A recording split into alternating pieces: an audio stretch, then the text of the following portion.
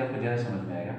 Suppose करो हम एक बनाते हैं एटम फिगर, है तो ये बहुत बड़ा, वरना एटम इसकी तुलना में बहुत बहुत बहुत ज़्यादा छोटा होता है। अब इस छोटे एटम में कम से कम 3 चीज़ें जरूर होते हैं, प्रोटॉन्स, इलेक्ट्रॉन्स, न्यूट्रॉन्स। रदरफोर्ड कहते हैं कि उसके ठीक बीच में जो न्यूक्लियस होता है वहाँ पर 2 लोग लाई करते हैं, एक प्रोटॉन और एक न्यूट्रॉन। मतलब न्यूक्लियस में जो 2 नंबर होते हैं, प्रोटॉन और न्यूट्रॉन, और इलेक्ट्रॉन उसके चारों ओर सर्कुलर पाथ पे चक्कर काटते रहते हैं। इलेक्ट्रॉन, ये सब इलेक्ट्रॉन है, ये सब क्या है? इलेक्ट्रॉन। मैंने माइनस क्यों लिखा है? क्योंकि चार्ज क्या होता है? नेगेटिव। ये तो इलेक्ट्रॉन की संख्या हो गया। अब एटम का नंबर, एटम का असली नंबर जिसे हम एटॉमिक नंबर समझते हैं, वो एटॉमिक नंबर एटम का नंबर नहीं है, बल्कि वो नंबर है number of protons. Number of protons जो होता है उससे ही हम लोग बोलते हैं एटॉमिक नंबर। लेकिन आप तो कहीं कहीं पढ़ोगे इलेक्ट्रॉन का भी नंबर होता है। चलिए दिमाग लगाते हैं। एटॉमिक नंबर का डेफिनेशन होता है number of protons present in nucleus of an atom. Nucleus of an atom is called atomic number. मतलब हम क्या बोले, अगर एटॉमिक नंबर को हम ए से डिनोट कर रहे हैं तो ए क्या होता है? Number of protons. सपोज करो हम कोई एग्जांपल लेते हैं, जैसे सोडियम का। सोडियम का एग्जांपल लिए हम, सोडियम के पास 11, सोडियम का एटॉमिक नंबर अगर 11 है, इसका मतलब number of protons in sodium equal to 11। ये तो नंबर ऑफ प्रोटॉन्स होते हैं। अब एटम की अरेंजमेंट इतनी ब्यूटीफुल होती है कि जितने इसके पास प्रोटॉन्स होते हैं, नंबर ऑफ इलेक्ट्रॉन्स भी उतने होते हैं। मतलब प्रोटॉन की संख्या और इलेक्ट्रॉन की संख्या एकदम होती है, लेकिन जगह अलग होता है, संख्या सेम होता है। प्रोटॉन न्यूक्लियस के अंदर होता है, इलेक्ट्रॉन न्यूक्लियस के बाहर चक्कर लगाते रहते हैं, रिवॉल्विंग अराउंड द न्यूक्लियस। तो ये जो चक्कर लगाते रहते हैं, यानी अगर सोडियम का प्रोटॉन का नंबर 11 है तो इलेक्ट्रॉन का नंबर भी क्या होना चाहिए? 11। न्यूट्रॉन का नंबर अलग होता है। अब न्यूट्रॉन का नंबर निकालते हैं, उसके पहले कुछ बातें आपको डिस्कस करते हैं। पहले एटॉमिक मास। एटॉमिक मास में एटम का वेट आप समझ सकते हो। एटम का वेट कितना होता है? एटम का वेट होना तो नियम से ये चाहिए कि एटम में 3 चीजें होता है, तो एटम प्रोटॉन होता है, इलेक्ट्रॉन्स होते हैं, न्यूट्रॉन्स होते हैं। एटम का वेट, तीनों का वेट होना चाहिए। मतलब एटॉमिक मास जो होना चाहिए, प्रोटॉन का मास, इलेक्ट्रॉन का मास और न्यूट्रॉन का मास तीनों का होना चाहिए। लेकिन टेक्निकली ये जो इलेक्ट्रॉन्स होते हैं, इनके नंबर जो होते हैं भले ही ज्यादा हो, लेकिन इनका वजन बहुत ही कम होता है। ये बहुत कितना? 1840 गुना कम। समझ, आपसे 2000 गुना कम। उसकी क्या औकात है? आप 10 किलो के हो, 10 किलो मतलब 10,000 ग्राम। 10,000 ग्राम के सामने कोई एक आता है, सपोज करो वो क्या बोलते हैं, 10,000 बाई 2,000 का 5 ग्राम 6 ग्राम का, तो आपके सामने उसकी वैल्यू नेग्लिजिबल है। तो प्रोटॉन्स के सामने इलेक्ट्रॉन की वैल्यू नेग्लिजिबल है। इसलिए जब एटॉमिक मास का हम बात करते हैं तो एटॉमिक मास में मेनली हम 2 चीज को लेते हैं, प्रोटॉन और न्यूट्रॉन। इस बात कैसे समझो? बहुत बड़ा फुटबॉल है, फुटबॉल बहुत भारी है, आपसे उठ नहीं जाएगा, 200 किलो का है, आप उसे उठा रहे हैं। अचानक पता चला कि फुटबॉल का असली वजन तो उसके अंदर है। अंदर किस में? न्यूक्लियस में, फुटबॉल के सेंटर में। एटम के सेंटर बोलते हैं न्यूक्लियस, नाभिक, पेट में जो नाभिक होता है वही वाला। तो न्यूक्लियस में 2 चीजें होती है, प्रोटॉन और न्यूट्रॉन। मतलब एटम का असली मास वही होता है, सेंटर। मतलब फुटबॉल के अंदर का जो सेंटर है बहुत भारी वही है, वो हटा दो तो फुटबॉल के अंदर खाली हवा है, हवा का वेट बहुत ही कम है, नेग्लिजिबल है, और हम नेग्लेक्ट करते हैं उसे। मतलब एटॉमिक मास का मतलब होता है number of protons plus number of neutrons. ये दोनों डिसाइड करते हैं कि एटॉमिक मास कितना होगा। सपोज हम सोडियम की बात करते हैं। अगर सोडियम ऐसा है, नहीं सोडियम की बात करें, आपने कभी देखा होगा ये कभी ऐसे लिखा होता है, या कभी क्या होता है कि 11 इस साइड लिखा होता है, 20 इस साइड। दोनों साइड का मतलब ये है कि नीचे वाला एटॉमिक नंबर है और ऊपर वाला एटॉमिक मास है। तो आज के वीडियो में मुझे फाइनली आपको ये बताना है कि जब ऐसे दिया हो तो कैसे आप डिसाइड करोगे कि कौन एटम का नंबर होगा, और क्या बोलते हैं कौन एटम में, मतलब सोडियम एटम में कितने नंबर ऑफ इलेक्ट्रॉन होंगे, कितने नंबर ऑफ न्यूट्रॉन होंगे, कितने नंबर प्रोटॉन होंगे। नीचे वाले को पता देखो, नीचे वाला ये 11 है, इसका मतलब उसमें number of proton, atomic mass 11 है, देखो इसका एटॉमिक मास, एक मिनट रुक जाओ, 11 है। इसका मतलब मेरा फर्स्ट डेफिनेशन याद करो, नंबर ऑफ प्रोटॉन्स 11 होगा और नंबर ऑफ इलेक्ट्रॉन्स भी कितना होगा, 11। सिर्फ नीचे वाला पता चल गया, प्रोटॉन पता चल गया और इलेक्ट्रॉन पता चल गया। अब इलेक्ट्रॉन 11, प्रोटॉन 11, तो न्यूट्रॉन कितना होगा भाई? न्यूट्रॉन के लिए ऊपर वाले इसको डिनोट करते हैं नॉर्मली हम लोग एटॉमिक मास को जेड से। चलिए जेड क्या हो गया, number of protons plus number of neutrons. In the sense of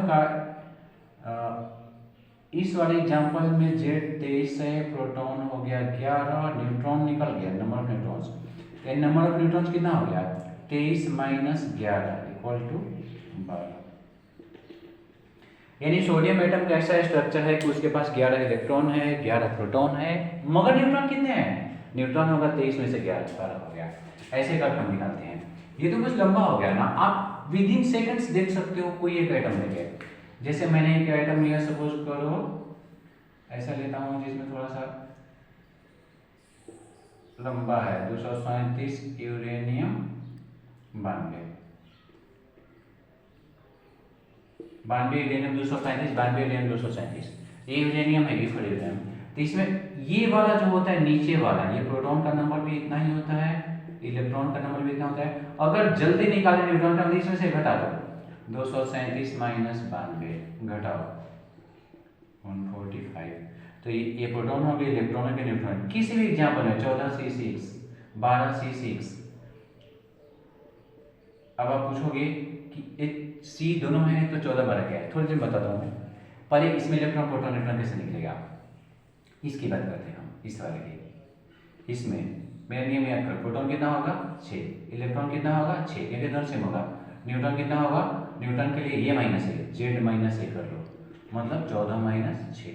Z है एटॉमिक मास, ए है एटॉमिक नंबर 8। इसमें कितना होगा, प्रोटॉन 6 हो गया, इलेक्ट्रॉन 6 हो गया, और न्यूट्रॉन कितना होगा, न्यूट्रॉन का 12 माइनस 6 यानी 6। इतना सिंपल है एटम में इलेक्ट्रॉन प्रोटॉन न्यूट्रॉन। क्लास 9 में ऐसे क्वेश्चन जरूर पूछे जाते हैं कि कोई एक कंपाउंड, कोई एक एलिमेंट होता है, उस एलिमेंट का आपको एटॉमिक नंबर दिया होता है, एटॉमिक मास दिया होता है, और दोनों निकालना होता है, तो आप आसानी से निकाल सकते हो। अब बात करते हैं, हम लोग जब 9 में थे तो क्वेश्चन पूछा जाता है कि atom is normally neutral. Atom neutral क्यों होते हैं और आयंस कैसे बनते हैं? सबसे पहले एटम्स, वही वाला एग्जांपल, सोडियम का एग्जांपल देखो। सोडियम के एग्जांपल में हम बताए कि नंबर ऑफ प्रोटॉन होता है 11, नंबर ऑफ इलेक्ट्रॉन होता है 11 और नंबर ऑफ न्यूट्रॉन होता है 12। चलिए अब हमें पता करना है कि इसका स्ट्रक्चर, इस पे चार्ज कैसे होना चाहिए, क्योंकि मुझे तो ये दिखाना है कि एटम के पास चार्ज ही नहीं होता है। तो एक इलेक्ट्रॉन पे जितना चार्ज होता है बहुत कम इसका क्वांटिटी होता है, 1.6 × 10⁻⁻19। ठीक है, तो एक इलेक्ट्रॉन पे जितना चार्ज होता है प्रोटॉन पे उतना ही चार्ज होता है, मतलब प्रोटॉन का चार्ज भी सेम होगा और इलेक्ट्रॉन का चार्ज भी सेम होगा। मगर इलेक्ट्रॉन का जो चार्ज है नेगेटिव होता है, इलेक्ट्रॉन नेगेटिवली चार्ज, प्रोटॉन कैसा चार्ज होता है, पॉजिटिवली चार्ज। इस क्वांटिटी को थोड़ी देर के लिए समझने के लिए मान लेते हैं सपोज x है, तो 11 प्रोटॉन पे सोडियम का कितना चार्ज होगा, 11 गुणे x मतलब +11x, क्योंकि पॉजिटिव चार्ज है। 11 इलेक्ट्रॉन पे कितना चार्ज होगा, 11 × x, मगर माइनस में, तो कितना हो जाएगा, माइनस का x। न्यूट्रॉन की बात करते हैं, न्यूट्रॉन कितने हैं, 12 हैं। एक न्यूट्रॉन पे चाहे 1 लाख न्यूट्रॉन पे चार्ज ही नहीं होता है। न्यूट्रॉन का मतलब neutral charge, no charge, zero charge, zero, कितना होगा, जीरो। अब एटम का, सोडियम एटम का टोटल कंडीशन आप देखो तो हुआ क्या सोडियम के साथ। सोडियम के पास प्रोटॉन्स हैं, सोडियम के पास इलेक्ट्रॉन्स हैं, न्यूट्रॉन्स हैं। प्रोटॉन्स प्लस 11x हो गए, इलेक्ट्रॉन्स माइनस 11x हो गए, न्यूट्रॉन 0 हो गया, और गया सोडियम का चार्ज कितना हो गया, 0। तो इस तरह से देखते हैं कि सोडियम न्यूट्रल होता है। और ये तो इतनी सारी बातें हुई। अब इसी में आपको सुनने का एटम आयन कैसे बनते हैं। कोई एटम, इलेक्ट्रॉन को समझो कर्जा, लेकिन ये होते कर्जा हैं, लेन देन यही करते हैं। किसी घर में घुसेंगे, घर में क्यों घुसेंगे, आउटर मोस्ट ऑर्बिट में रहते हैं, दूसरे घर में घुसेंगे तो दूसरे घर में घुस जाएंगे, लेकिन घुसेंगे तो जिसके पास जाएंगे उसको कर्जे लेके जाएंगे। मतलब जिसके पास जाते हैं उसकी चार्ज घट जाती है और जिसके पास से जाते हैं उसका चार्ज क्या होता है, बढ़ जाता है।